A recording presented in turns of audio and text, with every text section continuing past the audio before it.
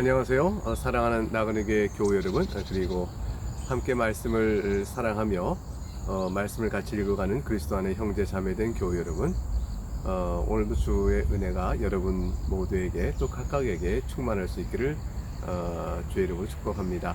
오늘은 추석 명절이라서 여러분 각각 나름의 시간들을 좀 보내시고 계시겠네요. 이 영상은 아마도 내일 보실 것이니까 추석 명절 지난 다음 날 여전히 휴일 가운데 보시겠습니다. 오늘 우리가 읽을 하나의 말씀은 열왕기상 4장입니다. 이 4장은 솔로몬 왕의 통치 체제가 어떻게 완비가 되었는지를 관료들의 명단을 쭉 기록하여 보여주고 있습니다. 그 내용을 한번 살펴보도록 하죠. 1절, 솔로몬 왕이 온 이스라엘 왕이 되었고, 이 사실을 이제 천명한 다음 그리하여 그의 신하들이 이러하니라 그 말씀이 이어집니다. 사독의 아들 아사리아는 제사장이요, 사사의 아들 엘리호렙과 아히야는 서기관이요, 아일룻의 아들 여호사밧은 사관이요. 이 특이점은 제사장을 제일 먼저 얘기했죠. 그의 신하들은 이러하니라 하고 제사장을 얘기하고, 그 다음에 이제 군사령관이나 군대 장관들이 아니고 서기관이나 사관 같은 문관을 먼저 언급하고 있습니다. 솔로몬 왕정에 있어서는 그만큼 문관의 위치가 행정체제와 나라 통치에 중요한 역할을 하게 됐다는 거죠.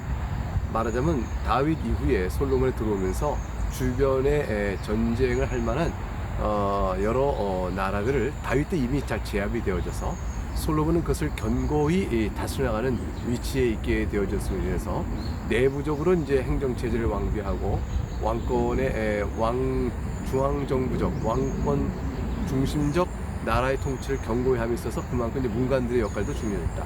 이런 사실을 좀 이렇게 엿볼 수 있게 해줍니다. 4절에 요야다의 아들 분야야는 군사령관이요, 사독과 아비아든 제사장이요. 군사령관 뒤에 사독과 아비아든 제사장이요 하고 다시 나오는데, 아비아달의 이름이 나오는 게 특이하죠. 아비아달은 사실 솔로몬에 대하여 모반을 일깨웠던 아도니아 반역 사건에 연관된 자입니다. 그래서 이제 파직을 당하죠. 솔로몬이 이를 파직하고 고향으로 내쫓았거든요. 그런데 이제 여기에 이름이 나오는 것은 어찌됐건 다윗 왕국 때 제사장으로 많은 수고를 했고, 또 파직당하기 이전까지 솔로몬 왕 초기에 바로 이제 제사장이었던 사실을 남겨두는 의미에서 기록이 있는 것으로 이해하면 될 것입니다. 5절, 나단의 아들 이제 아사리아는 지방 관장의 두령이요, 나단의 아들 사붓은 제사장이니 왕의 벗이요, 아이살은 국내 대신이요, 압다의 아들 아도니람은 노동 감독관이더라. 이제 각각의 직업으로 따지면 내각을 다 구성해서 하나씩 임명한 것이죠. 국내 대신이라 하는 것은 왕궁의 살림을 이제 맡아서 관리하는 청지기와 같은 역할인데, 총무 역할이죠. 총무 대신 또는 국내 대신. 이제 시간이 흘러가면서 이제 국내 대신의 역할이 왕을 가까이에서 보좌하다 보니까 굉장히 권한이 강해지는 경향성을 갖게 되어집니다.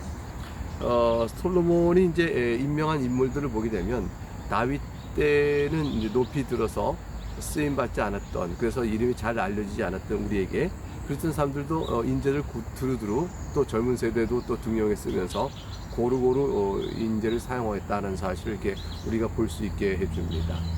7절 이하에 이제 전역에 12지방의 지방 관리를 두어서 또 통치해 나가는 구조를 이제 7절 이하에 또 보여줍니다.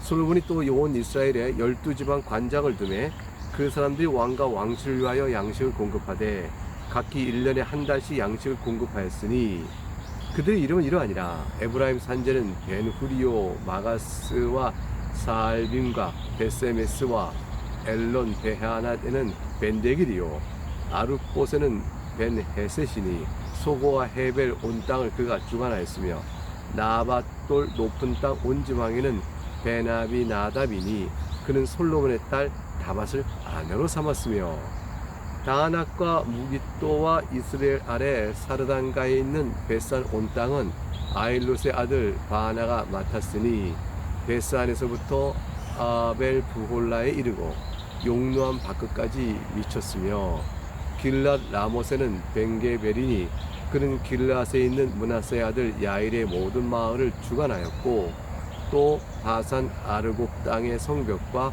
높이장 있는 60개의 큰 성읍을 주관하였으며 14절 마하나임에는 이또의 아들 아히나답이요 납달리에는 아히마스이니 그는 솔롬의 딸 바스맛을 아내로 삼았으며 아셀과 아루세는 후스의 아들 바하나요 이사갈에는 바루아의 아들 여호사밧이요 18절 베냐민에는 엘라의 아들 시므이요 19절 아모리의 사람의 왕 시혼과 바산 왕 옥의 나라 길랏 땅에는 우리의 아들 게벨이니 그 땅에서는 그 한 사람만 지방관장이 되었더라.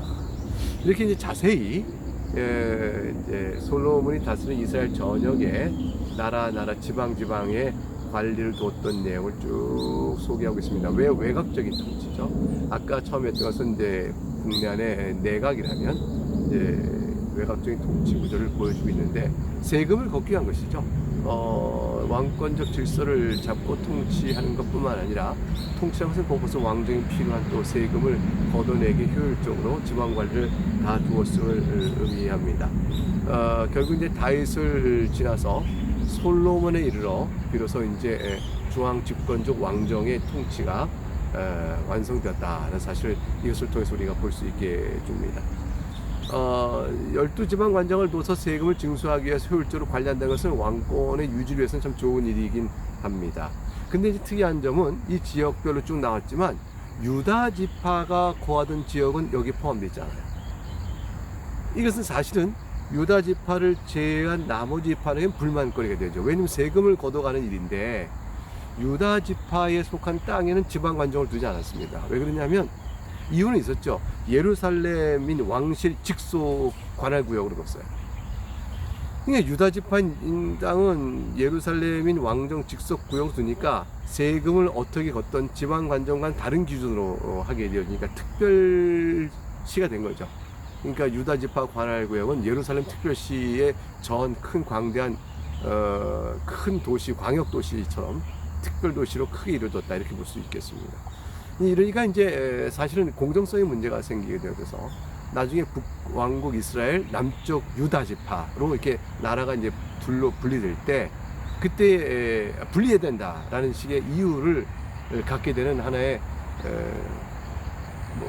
빌미를 주는 경우도 있게 되어진 것이죠.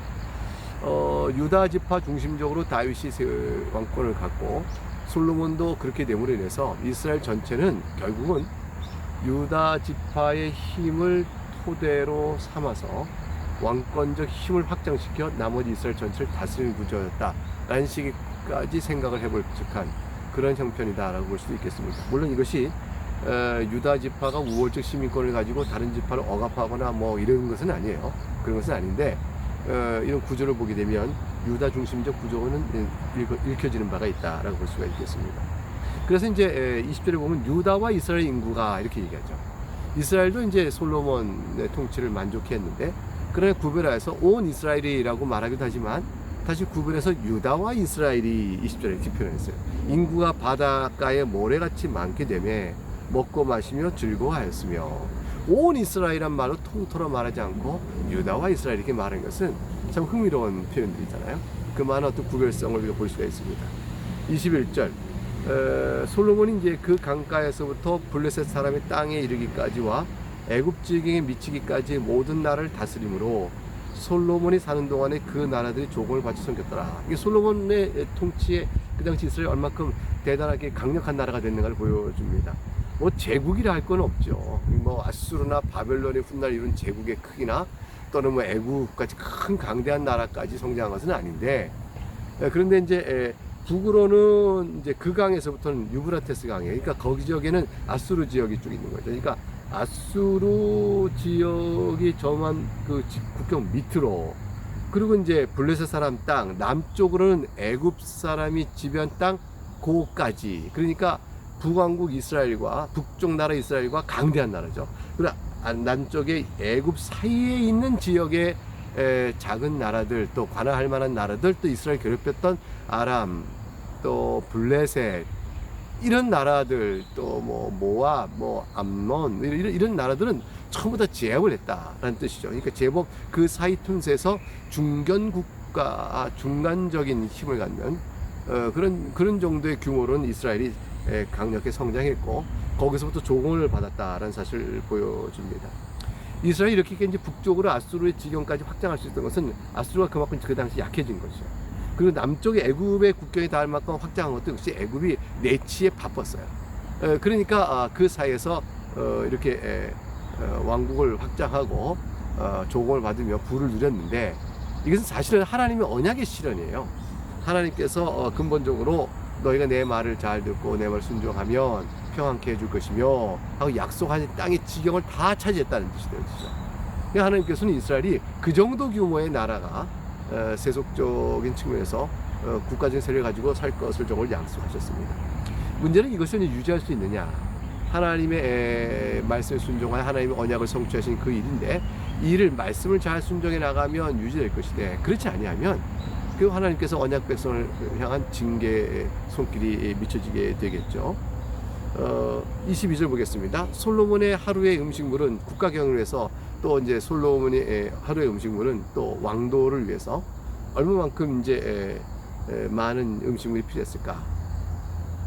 가는 밀가루가 30고루요, 굵은 밀가루가 60고루요, 살진 소가 10마리요, 초장의 소가 20마리요, 양이 100마리이며 그 외에 숫사슴과 노루와 암사슴과 살진 새들이 있다. 고루는 이제 호메이라는 곡물 측량 단위와 같은 것인데 약 220리터에 해당됩니다.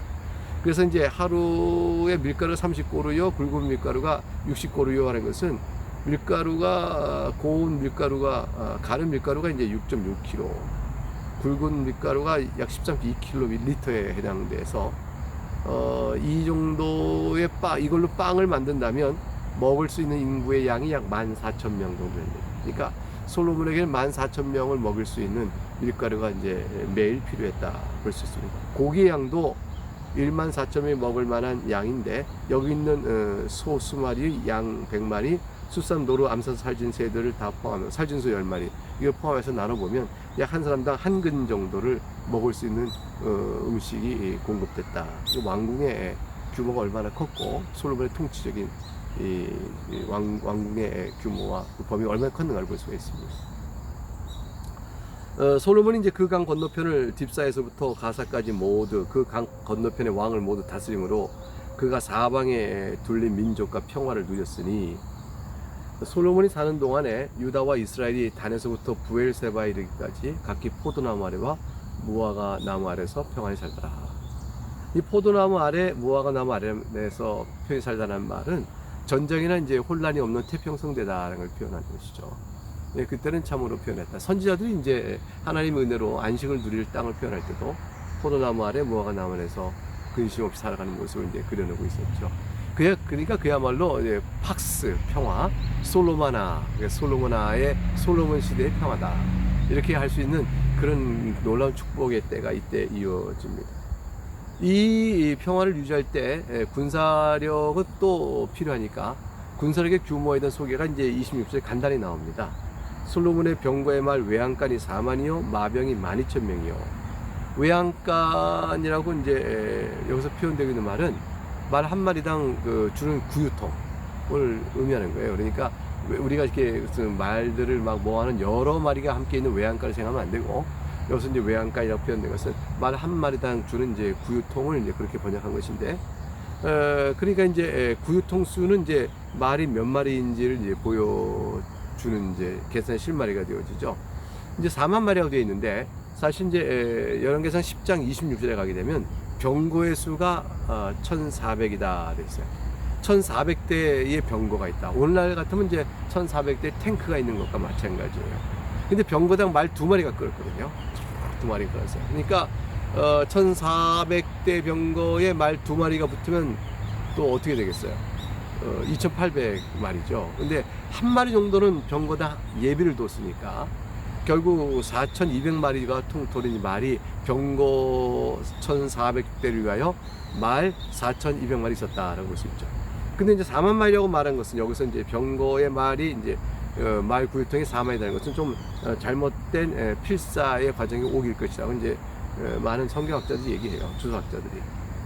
왜냐하면 이제 40이라는 숫자 히브리어가 아르바임인데 이 4를 가리키는 것이 아르바, 그래서 이게 필사하는데 좀 오게 있지 않았을까. 어쨌건 이제 솔로몬의 군사력이 상당한 규모인 거죠. 왜냐하면 그 영역을 다 통치하려면 이것은 돈도 많이 들어가는 거죠. 군사 경비가 이제 국방비가 많이 드는 겁니다. 그래서 결국은 이것이 하나님을 더 의지하고 적은 수라도 하나님께서 이스라엘 지켜주신다 생각해서 주의 말씀을 잘 성경하는데 더 초점을 두고 됐다면 뭐 이 군사력에 대한 국방비 이렇게 큰 걱정 없이 무리하지 않고 할 수 있는데, 결국 그 사람이 보는 말과 칼에 나라의 안위를 의지하게 되면 그만큼 더욱더 군대가 있어야 되고 국방비도 많이 들고 그 백성들의 원망을 사게 되는 일이 되어지겠죠. 북이스라엘과 남유다로 나뉘게 될 때 아까 말씀드린 것처럼 유다 특별시처럼 이렇게 꾸며지는 이런 상태에 대한 공정성의 문제도 염두에 놓겠지만, 결국은 군사력을 지키기 위해서 결국 솔로몬이 해야 했던 많은 일, 또 나중에 성전을 건축하면서 나오는 여러 큰 대사역과 군대 유지 등등은 아무래도 이제 백성들 입장에서는 힘든 일들이었을 것입니다. 결국 이제 물론 성전을 건축하는 일은 하나님 뜻이었고 온 백성의 기쁨으로 감당하시며, 그렇기 때문에 그거에 대해서 불평을 살 일이 아니지만, 그거는 이제 솔로몬 왕국이 세속적으로 솔로몬의 왕궁 자체도 크거든요. 그 왕궁도 크고 그걸 왕의 권세를 유지해가는 동안에 들어가는 여러 가지 일들은 백성들에게 힘겨운 일일 수 있다라는 것을 이제 우리가 살펴보게 되었습니다. 27절, 그 지방 관장들은 각각 자기가 맡은 달에 솔로몬 왕과 왕의 상에 참여하는 모든 자를 위하여 먹을 것을 공급하여 부족함이 없게 하였으며, 또 그들이 각기 직무를 따라 말과 준마에게 먹일 보리와 꼴을 그 말들이 있는 것을 가져왔더라. 지방 관장이 역할하는 것은 왕궁에 필요한 물품을 대는 거죠. 그리고 왕의 유지를 위해서 필요한 모든 것을 지방에서는 중앙으로 필요 경비를 대는 것이었고, 또 각 이제 군사를 두었던 말과 병거를 지켜야 될 그러한 것도 자기 지방에 있는 군 수비대 경비들을 이제 돌보는 일도 지방관장이 해야 될 일이었습니다. 자, 이렇게 해서 이제 왕권이 이제 전체 행정체계를 갖고 튼튼히 서가는데, 29절부터 이제 하나님께서 솔로몬에게 지혜를 총명히 주셨다는 말씀으로 이어져와 솔로몬의 지혜의 총명함이 어떠한지를 이제 비교적으로 보여줍니다. 하나님이 솔로몬에게 지혜와 총명을 심히 많이 주시고 또 넓은 마음을 주시되 바닷가의 모래같이 하셨다. 솔로몬의 지혜가 동쪽 모든 사람의 지혜와 애굽의 모든 지혜가 뛰어났다. 이건 동쪽 모든 사람이라는 것은 이제 이스라엘 기준 동쪽은요 아라비아예요. 그러니까 아라비아의 유브라테스와 티그리스 강이 있는 그쪽 지역인데, 거기가 이제 고대 문명 발상지니까, 그러니까 아라비아는 예로부터 문명에 뛰어나고 또 문학이 또 철학이 또 과학적 기술이 뛰어난 그런 사람들이었죠. 근데 애굽의 모든 지혜가 뛰어났다 했어요. 애굽도 역시 나일강을 끼고 고대 문명의 발상지요. 그때의 모든 이제 문화와 또 문학과 이런 것들이 다 그곳에 고도로 발달돼 있었죠. 이런 것에 비춰보게 되면 사실은 그 당시에 최고의 세계 문명, 이 모든 것들이 동방과 애굽인데 솔로몬은 그 모든 것보다 뛰어났다 하니까 당시의 세계에서 가장 뛰어난 지혜를 가진 자라, 이렇게 볼 수가 있게 되어집니다. 31절에 그는 모든 사람보다 다 지혜로워서 에스라 사람 에단과 마올의 아들 헤만과 갈골과 다르다보다 나음으로 그의 이름이 사방 모든 나라에 들렸더라, 이렇게 되어 있어요. 솔로몬의 지혜가 이렇게 이제 아라비아와 애굽보다 더 뛰어났다라는 것을 넘어서서 지금 여기 사람 이름이 몇이 나오는 거죠. 에스라 사람 에단, 마올 사람 헤만, 갈골과 다르다보다 나았다. 이게 다 뛰어나고 지혜가 높은 사람으로 인정되는 자들인데, 그런데 그들보다 뛰어났다는 것은 비교적으로 비교할 만한 지혜로운 자와 뛰어났다는 것뿐 아니라 각기 자신의 전문 영역에서 뛰어났던 사람들이었는데, 그들보다 뛰어났다는 것은 솔로몬은 모르는 분야가 없다. 모든 분야에서 지혜가 뛰어났다. 이것을 의미하는 것입니다. 하나님께서 그에게 얼마나 큰 지혜를 줬는지 알 수 있어요. 그래서 이제 32절부터 솔로몬이 가졌던 그 각 분야의 지혜로움을 나열하고 있어요. 그가 잠언 3,000가지 말했으니 지혜로운 거요. 그의 노래는 1,005편이니까 노래도 음률에도 뛰어났고요. 34절, 그가 또 초목에 대해 말하되 레바논의 백향으로부터 담에 나는 우수초까지 했다 했으니 식물에게도 뛰어났고, 그것도 짐승과 새와 기어다니는 것, 물고기에 대해 말하니 동물학에도 뛰어났어요. 그러니까 자연적인 것, 원래는 자연과학에 뛰어났던 것이죠. 식물과 동물과 모든 자연과학에 뛰어났고, 그리고 자문에 뛰어났으니 철학적 지혜가 뛰어나신 거고, 노래가 뛰어났으니 예능과 예술에 뛰어났다. 이게 이제 모든 방면에 그가 뛰어난 자이죠. 과학, 예술, 철학, 인문학 모든 분야에 그가 뛰어난 자임을 드러내줍니다. 34절, 그러니까 결과적으로 어떻게 되겠어요? 솔로몬의 지혜를 들어 많은 사람들이 왔으니 이는 그의 지혜 소문을 들은 천하 모든 왕들이 보낸 자들이더라 되어 있습니다. 이와 같이 하나님의 복을 받은 이스라엘이 최고의 번영기를 이스라엘 솔로몬 때 이렇게 누리고 있는 겁니다.